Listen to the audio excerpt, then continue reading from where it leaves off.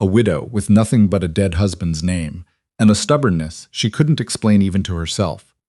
A mill owner who had stopped keeping his own ledger 3 months before he'd stopped caring what it said, and a working arrangement that was never supposed to mean anything more than that. Until one December night, over cold coffee and a column of bad numbers, it meant everything. Nobody in Sawyer's Crossing had expected Cora Hensley to last past the first hard frost. She arrived on the afternoon stage from Billings on a Thursday in late October, stepping down into a mud street with a traveling case in one hand and a canvas satchel over her shoulder that held, among other things, a logbook, 2 charcoal pencils, and a dead man's pocket watch she hadn't been able to leave behind. The town was 3 streets wide and smelled of pine resin and livestock and the cold coming off the mountains. She counted the buildings from the stage platform: a post office, a saloon, a dry goods store with a hand-lettered sign, a livery, and a church at the far end whose white paint had grayed to the color of old bone. There was no one waiting for her. Roland Fisk had placed the advertisement in the Billings Gazette in September. Sawyer's Crossing, Montana, seeking capable woman for household management and mill accounts. Serious inquiries only. That last line had made Cora read it twice. She was 31 years old, 3 months widowed, and she had been managing her late father-in-law's dry goods ledgers for the past 4 years because her husband Daniel couldn't be bothered to care. She knew what serious looked like, and she knew what it asked of you. She had written one letter. Fisk had written one back. It said in full, "Come on the Thursday stage. I'll meet you at the platform. RF." He had not met her at the platform. She stood in the mud for 10 minutes, watching the other passengers disperse into town with the ease of people who were expected somewhere. Then she walked to the dry goods store and pushed inside. The woman behind the counter was somewhere in her 50s, broad-shouldered, with gray-streaked hair pulled back tight, and the expression of someone who ran the actual operation, whether or not her name was on the sign. She looked at Cora the way experienced people look at arrivals, measuring what the journey had cost them. "I'm looking for the Fisk Mill," Cora said. "Can you tell me how to get there?" "You're Roland Fisk's woman," the woman said. "Not a question." "Cora Hensley. He was supposed to meet me." Something behind the woman's expression shifted. Apparently he didn't.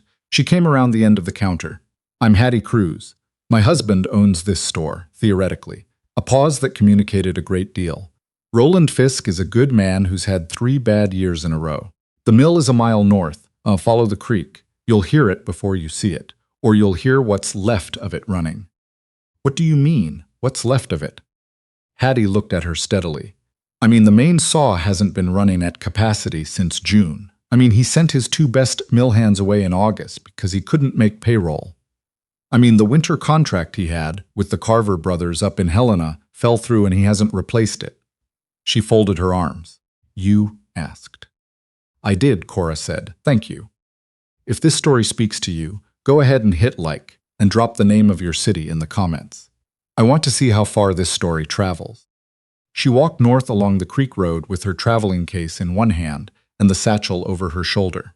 The trees closed in above the town quickly, dense pine and fir on both slopes, the kind of timber that made fortunes and broke men with equal enthusiasm. She could hear the creek beside the road, fast and cold, carrying the week's runoff. After a quarter mile, she began to hear the mill. Hattie had been right. It wasn't much of a sound. A low mechanical groan, intermittent, the way machinery sounds when it's doing the work of something that has given up. The Fisk Mill came into view around a bend, a main building of raw-hewn timber with a corrugated iron roof, a smaller outbuilding with the door standing open, a log decking area along the creek where a significant pile of uncut timber sat waiting. The mill pond behind the main building was low. The sluice gate needed adjustment. She could see that from the road, the water running wide instead of directed. 2 men were working in the yard. A third was visible through the open wall of the mill shed, moving around a piece of equipment she couldn't identify from this distance.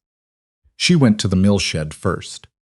Roland Fisk was not what she'd imagined from one letter. He was taller than she expected. A spare, angular man with dark hair going silver at the temples and a jaw that hadn't seen a razor in a week. He was working on the main blade assembly with a wrench and the particular focus of a man trying to solve a problem he'd already solved twice before without success.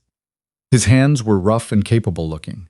His clothes were worn in the specific way that means used, not neglected. He looked up when she came in, and the look lasted a second longer than a casual glance. "You're Cora Hensley," he said. "I am. You didn't meet the stage." Something moved in his expression. Not guilt exactly, but the awareness of a failure he'd decided to take on the chin. "The sluice gate went out this morning. I was going to get to the stage, and then—" "It's fine," Cora said, because it wasn't entirely fine, but she wasn't going to stand in a sawdust-covered mill shed making a case of it. "The sluice gate can wait an hour. What's the problem with the blade assembly?" He looked at the wrench in his hand, then at her. "Bearings going. I've been nursing it since August." "Do you have a replacement?" "A partial one. It's not the right size." "Can it run if you pack it?" "He may be, for a while." "Then that's tonight's problem. The bearing is next week's." She set down her traveling case. "Is there somewhere I can put this while I look at the rest of the property?" He showed her the office first, a small room at the back of the main building with a desk, a stool, and a wall of shelves that held the accumulated paper record of a mill operating on declining expectation. The account ledger was on the desk. She could see from where she stood that the most recent entries had stopped in September. There was a coffee cup with the residue of something old dried to the bottom. The window was dirty enough to diffuse the afternoon light into something gray and general. "How long since you've had a full crew?" she asked. 6 men in the spring. 2 now, and a part-time boy for the decking. "And the carver contract, what was the volume?" He told her.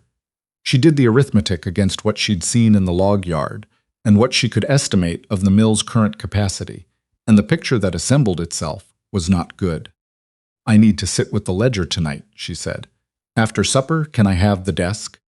He looked at her for a moment. "It's your desk," he said, and left her to it.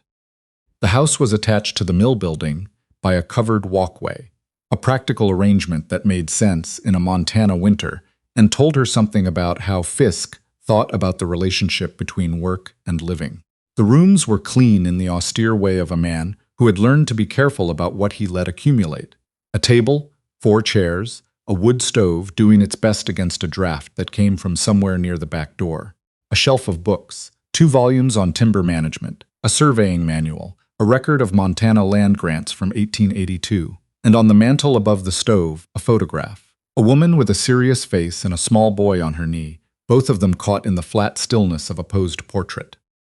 Cora looked at it for a moment, then went to the stove and began assessing its condition. The damper was off. The flue needed cleaning. She filed both without comment.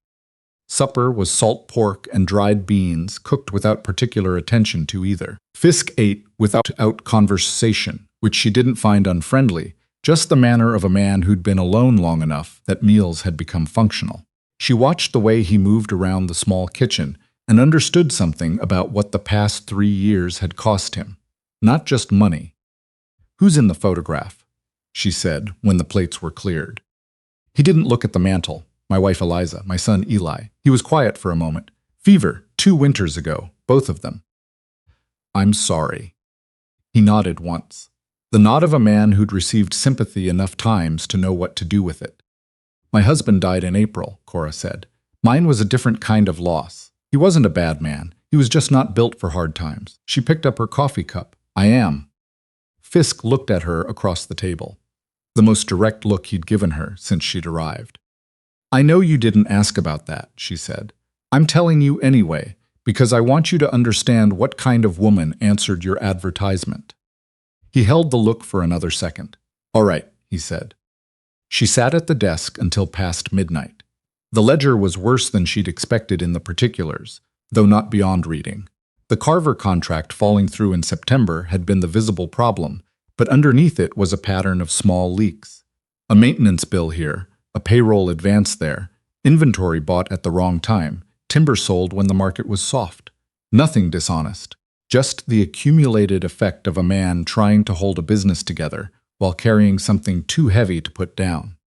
She pulled out her own logbook and started 2 columns, what could be fixed and what had already cost them. Fisk was up before her in the morning. She found him in the mill shed, packing the bearing assembly, with the careful inadequacy of someone doing the same repair for the third time, knowing it was temporary and doing it anyway. "The sluice gate," she said from the doorway. "If we redirect the upper channel and raise the pond level 4 inches, the turbine runs at full power instead of partial. I walked the creek bank this morning." He looked up. "When did you walk the creek bank?" "Before you were up." He said nothing. "The main log deck," she continued. "The timber sitting there. Are you holding it or waiting on something?" "Waiting on the Helena market to come up." "The Helena market isn't coming up before spring." His jaw tightened slightly. "I know. There's a buyer in Missoula who takes green cut at a lower grade, but pays within 30 days instead of 60.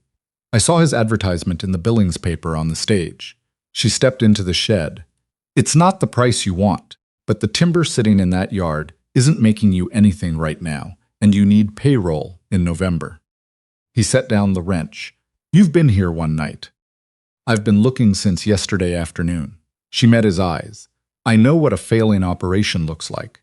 I watched my father-in-law run one for 6 years. I swore I'd never walk into one without knowing where the exits were." Something in his face moved, not quite toward her, but away from whatever closed position it had been holding. "And," he said, "and this one isn't failing, not yet. It's close, but it isn't there." She paused. "The exits exist if we move carefully." He picked up the wrench and turned it over in his hand. "We," he said. "We," she said. "I came to work, Mr. Fisk, not to observe." Over the following week, she moved through the mill property the way she'd moved through the ledger, methodically, looking for what was actually there, rather than what should have been. She found 200 board feet of premium clear-grade pine buried in the back of the log yard under a later delivery of lower-grade stock. Clear-grade pine was worth 3 times what mixed lumber sold for. She flagged it in her logbook and started a separate column. She found that the 2 remaining mill hands, brothers named Cal and Pete, neither of them talkative, were competent workers who had stayed on at reduced wages out of a loyalty to Fisk that showed in the careful way they treated the equipment and the quiet way they went about their work. She found that the turbine, properly fed by the sluice, could run the main blade at full speed. On the first morning they ran it correctly. Cal stopped what he was doing and looked at the saw, and then at Cora with an expression that might have been gratitude if he were the kind of man who showed it. "She's supposed to sound like that," he said. "I know," she said. Fisk came into the yard at the sound of it and stood for a moment listening. He didn't say anything to her, but at supper that evening he said, without preamble, the clear-grade pine in the back of the yard. "How did you find it?" "I walked the whole yard on Wednesday. I was counting." "You count everything." "Problems," she said. "I count problems. It's the only thing that helps." He looked at his plate. "There's a buyer in Helena who specifically requests clear grade. Carver's competitor. I never contacted them because the Carver contract was supposed to be enough. It's not too late to contact them." He nodded slowly. "No, I suppose it isn't." She wrote the letter at his direction, because his hand was stiff from the bearing work, and because she knew how to write to buyers. Not too desperate, not too proud, clear about what they had and what they needed in return. He signed it after reading it twice, carefully, without rushing. "This is good," he said. "Send it tomorrow," she said. November arrived with wind from the north that came down through the pines like water, moving through a narrow channel. The mornings were cold enough that Cora could see her breath in the kitchen until the stove was well up, which she managed herself before Fisk was typically awake. She had taken over the cooking by the second week, without discussion. Not because he'd asked her to, but because the situation was plain, and the food he'd been making himself was the food of a man who had stopped thinking of eating as something that could be good. One morning she made cornbread and left it on the table. Fisk came in from the mill and ate it standing at the counter before he seemed to realize what he was doing. Then he sat down and finished it at the table. "I haven't had cornbread in," he started and stopped. "Since," she said. "Eliza used to make it on Fridays." He said it simply, without drama. "I'd forgotten it was a thing you could still make." She turned back to the stove. "I'll make it on Fridays, then." He didn't say anything else. but she heard in the silence the particular texture of a man who had been handed something he wasn't sure he deserved. The railroad man came on a Tuesday in late November. His name was Gordon Vance. He rode a clean bay horse and wore a coat that cost more than the mill's November payroll, and he had the settled, pleasant manner of someone who had made a career out of delivering unwelcome news in a tone that made it sound like generosity. Cora was in the office when she heard the horse in the yard. She came to the window and watched Vance dismount and look at the mill with the unhurried assessment of a man who had already done his arithmetic on paper. She went to the mill shed and found Fisk. "Railroad man," she said, "Gordon Vance." Fisk went still in the way she'd learned was the opposite of stillness. "How do you know his name?" "Hattie Cruz mentioned it last week. He's been asking about property lines." She kept her voice even. "He's come with an offer on the north parcel. The railroad wants to run a spur line through it to reach the timber country above town." "I know what he wants. He came in July. I told him no." "What was the number?" He told her. She did the arithmetic against their current position. It was a fair number, in the sense that it reflected what the land was worth to seller under pressure, not what it was actually worth. "It's not enough," she said. "The north parcel is where the best timber is." "I know. Go talk to him. I'll be there in a minute." He looked at her. "This is a business conversation." "I know," she said. "I'll be there in a minute." He held the look, and then he walked toward the yard, and she walked beside him. Vance was waiting at the office door. He looked at Cora with the mild surprise of a man who adjusts quickly. "Mrs. Fisk," he said. "Hensley," she said pleasantly. "Cora Hensley. I manage the mill accounts." "Of course." The adjustment was complete. He turned to Roland and made his offer, the same number as July, which told Cora that he'd expected the mill to have deteriorated further, and was surprised to find it hadn't. She sat at the desk and listened and kept her face neutral. When he finished, she said, "Mr. Vance, where is the Central Montana line planning to source its lumber for the spur construction?" Vance looked at her. "That's a procurement question." "I know. Where are they sourcing?" "A beat, currently, from a mill in Bozeman." "How far is Bozeman from the proposed spur site?" He named the distance. She kept her expression attentive and pleasant. "We're 11 miles away," she said, "with clear-grade pine in the yard right now and the capacity to fill a construction contract. The freight savings alone would make us competitive with whatever Bozeman is charging." She paused. "I'd rather the railroad be a customer than a land buyer. Wouldn't you find that simpler?"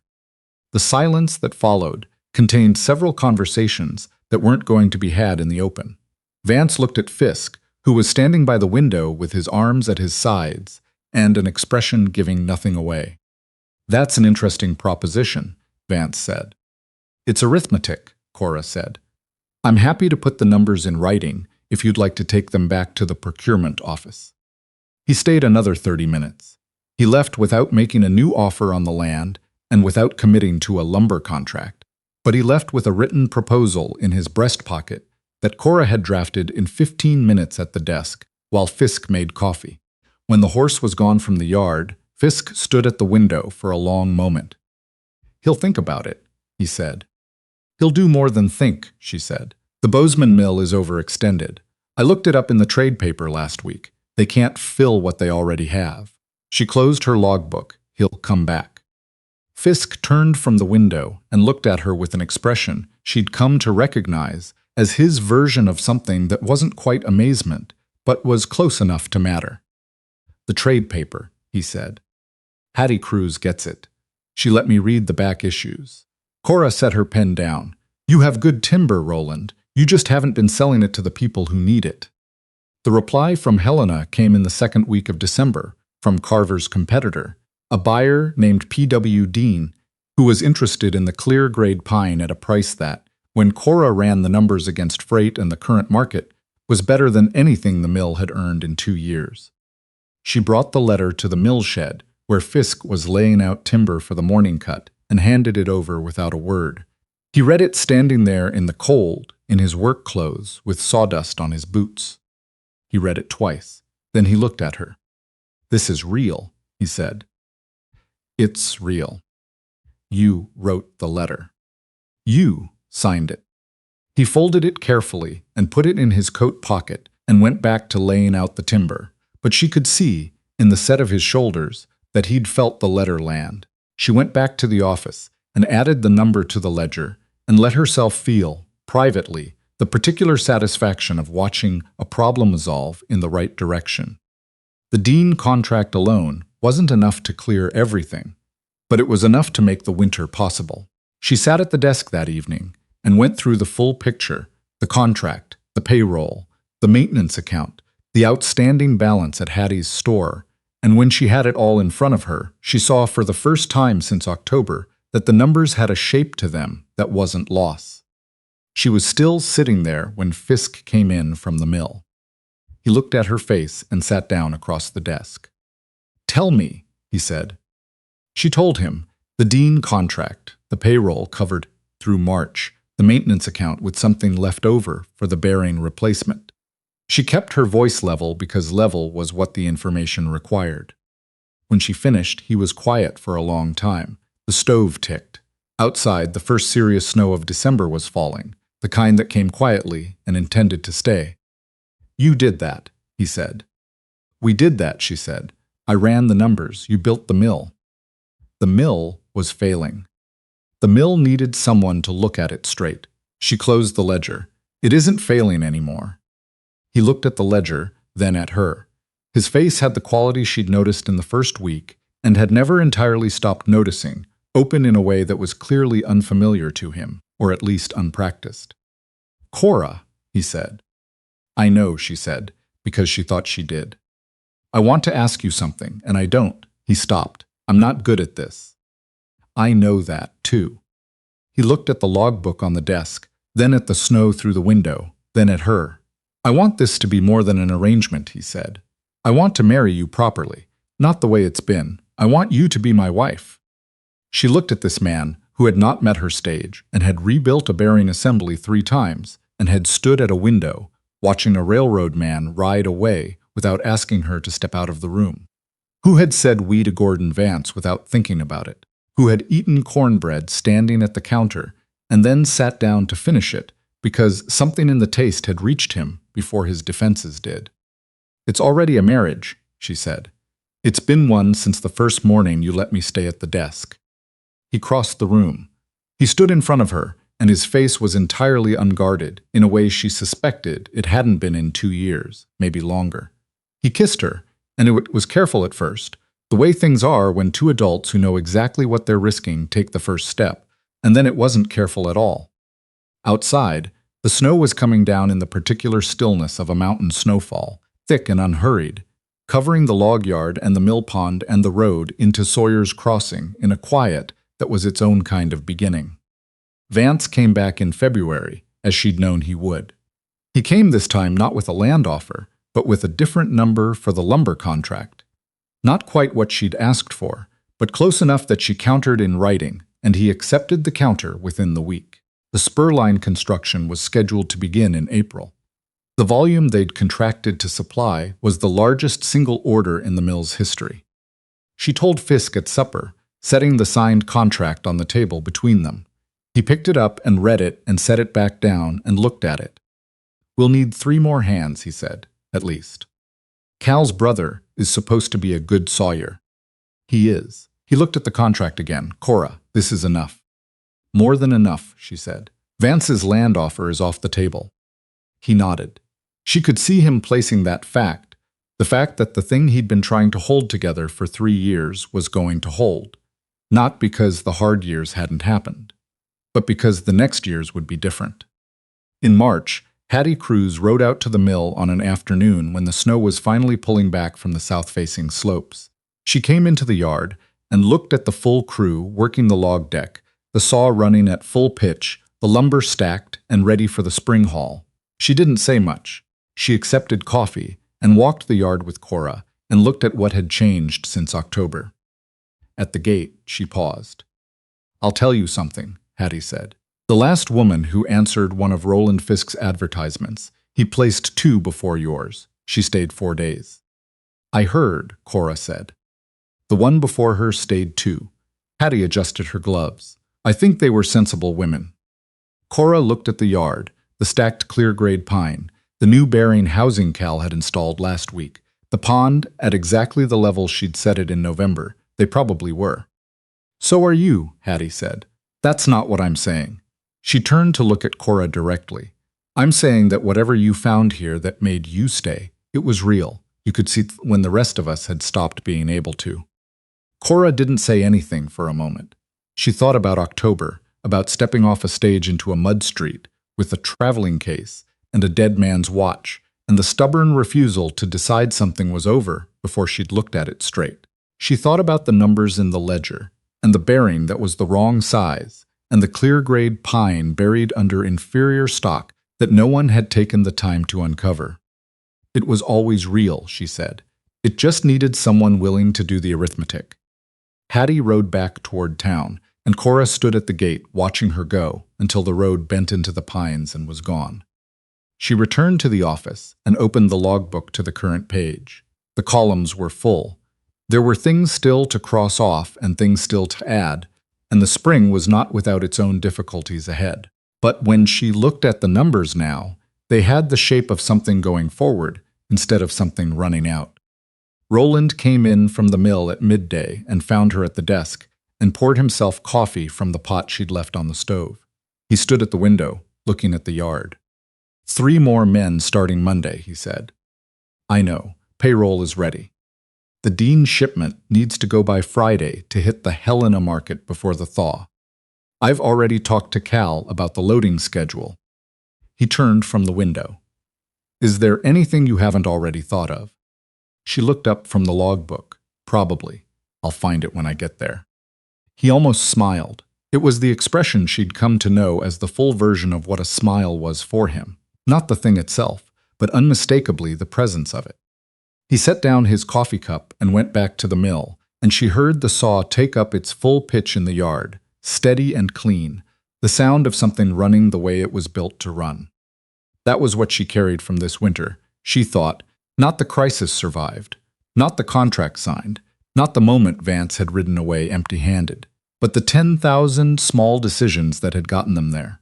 The sluice rerouted on a cold November morning, the pine uncovered in the back of the yard, the letter written in 15 minutes that Roland had read twice before he signed, the coffee always ready before anyone asked, the bearing packed one more time and then finally replaced when they could afford to do it right. You built something worth keeping the same way you got through a Montana winter, one ordinary, careful day at a time, without stopping, without looking too far ahead, with enough faith in the work itself to show up for it again the next morning. The saw ran through the afternoon and into the early dark, and the snow held its shape on the high slopes, and somewhere in the timber above the valley, the season was already turning toward what came next. She turned the page in the logbook and started a new column.